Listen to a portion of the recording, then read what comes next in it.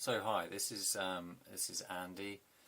I am not really used to talking to a lens. I'm normally behind the lens on a camera or on a computer.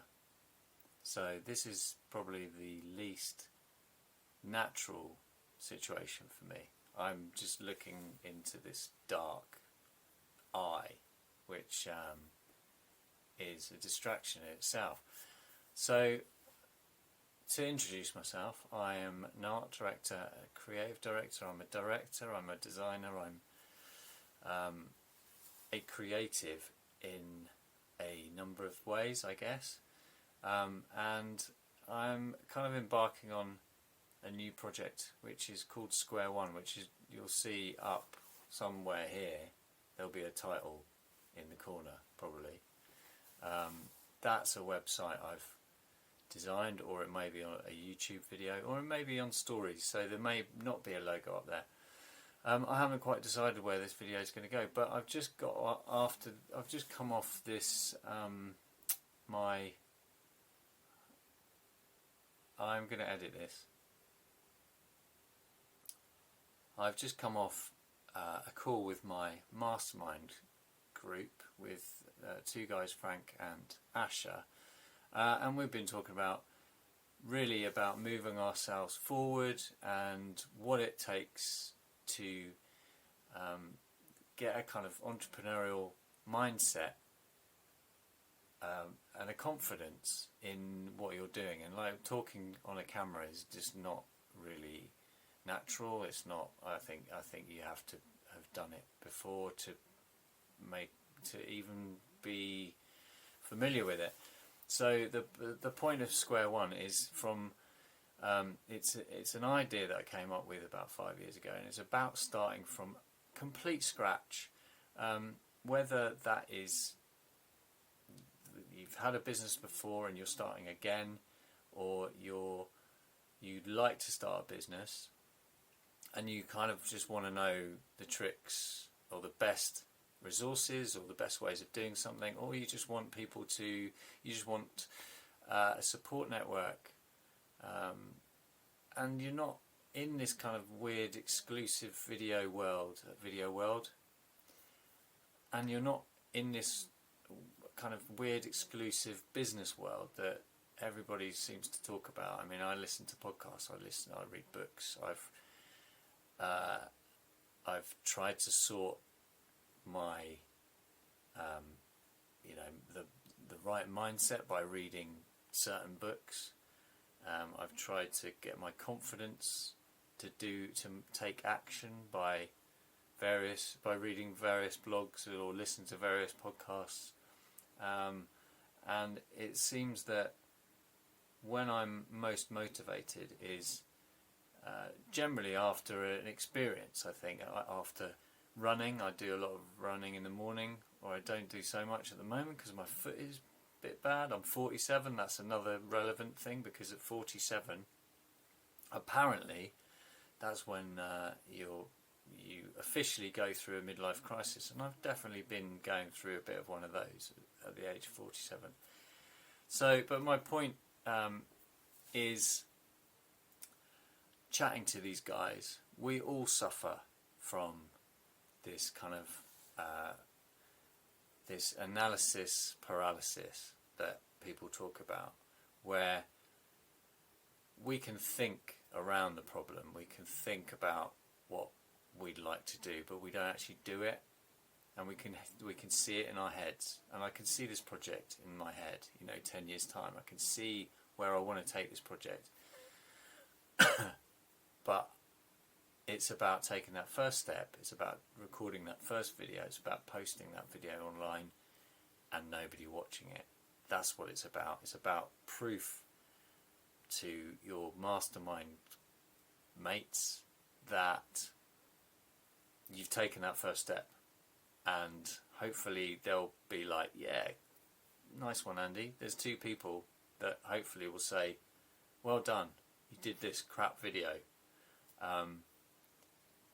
And that's fine. And I had all these ideas about having stuff in the background so it looked like a cool studio, because I do a lot of shooting, I do a lot of design, so really my space should look really cool and aspirational.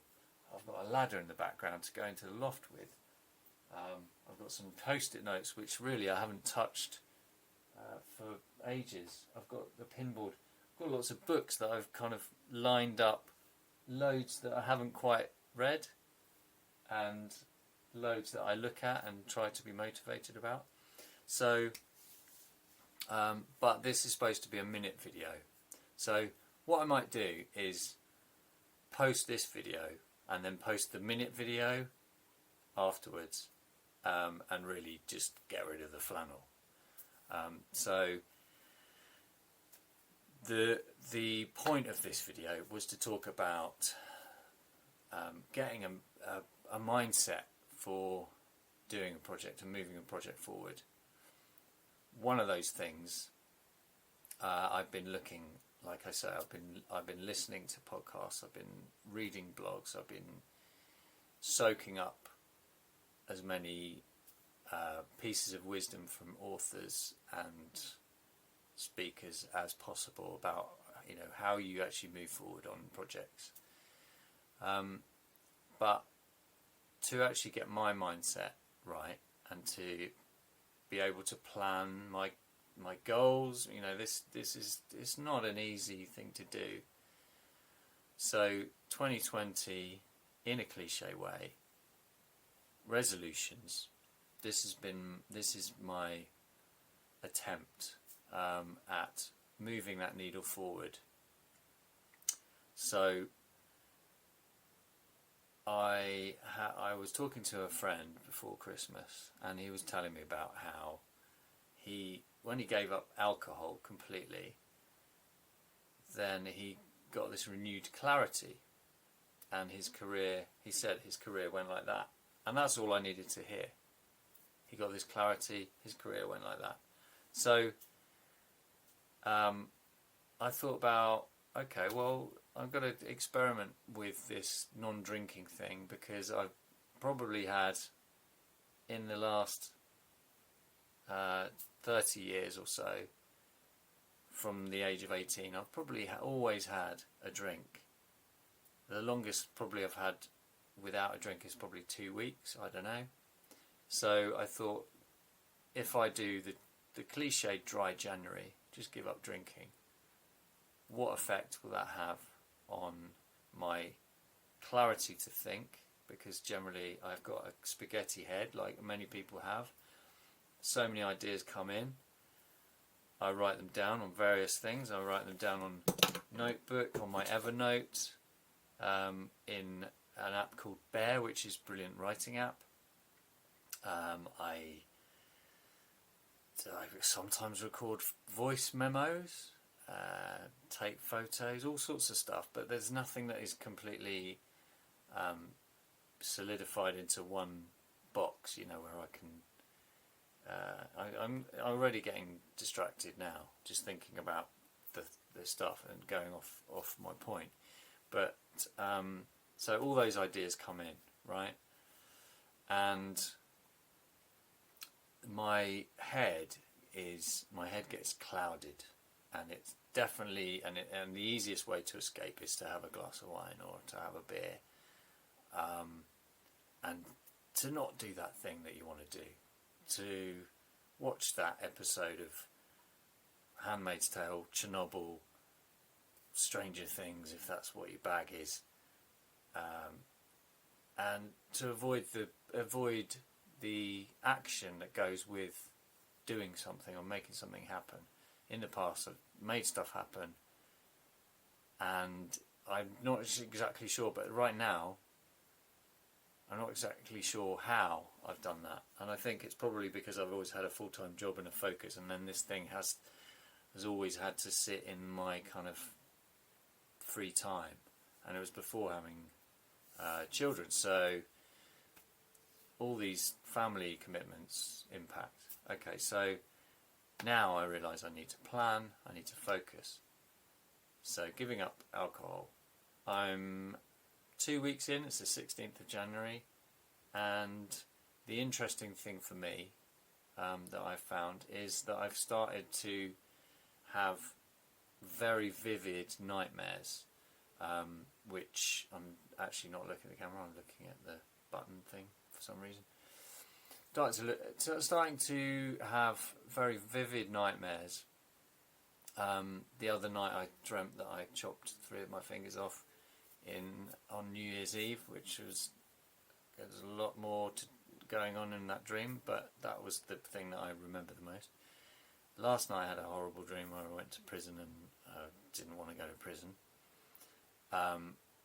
And I'm kind of imagining that tonight I'm going to have a similar nightmare, but I'm almost quite excited by it, because this morning I looked up the fact that I googled what is there a side effect of not drinking alcohol which leads to nightmares. Lo and behold, there were some links. One link was an article in Vice.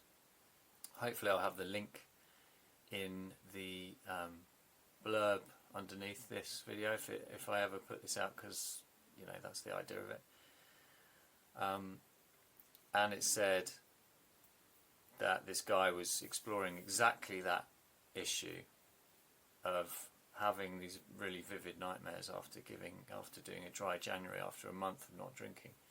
So he said to his mate, "This is weird, I'm having these nightmares." His mate said, "Oh, I'm doing the dry January thing as well. I'm having equally as nightmarish nightmares." And he wrote an article about it, and apparently this is a known thing, that the brain, alcohol obviously suppresses the kind of I don't know what it suppresses, to be honest.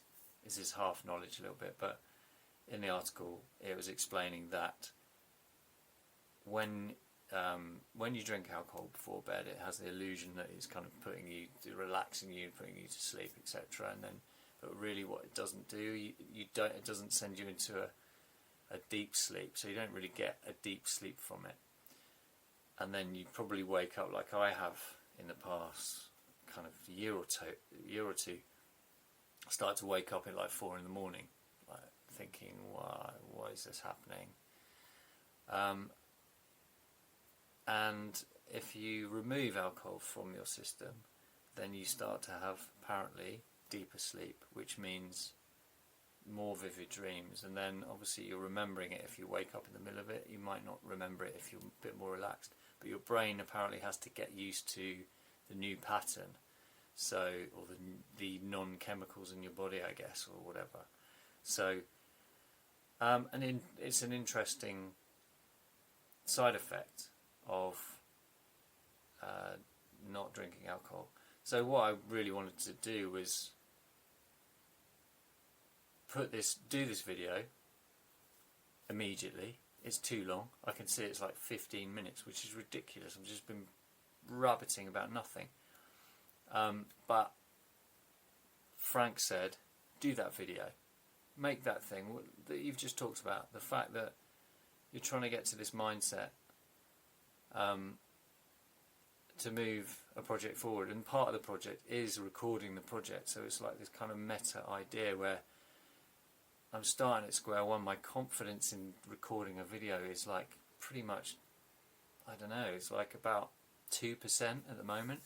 So to get that confidence up and talking about whatever I want to talk about in front of a camera, I've got to start somewhere. So I start at 2%, I guess. I've done a few bits before, but that was when I was younger, more confident, didn't care as much. Now, I guess I care what people, I don't know, I thought I cared what people thought then, but maybe it's about me caring about what people think now. But I've got enough to offer.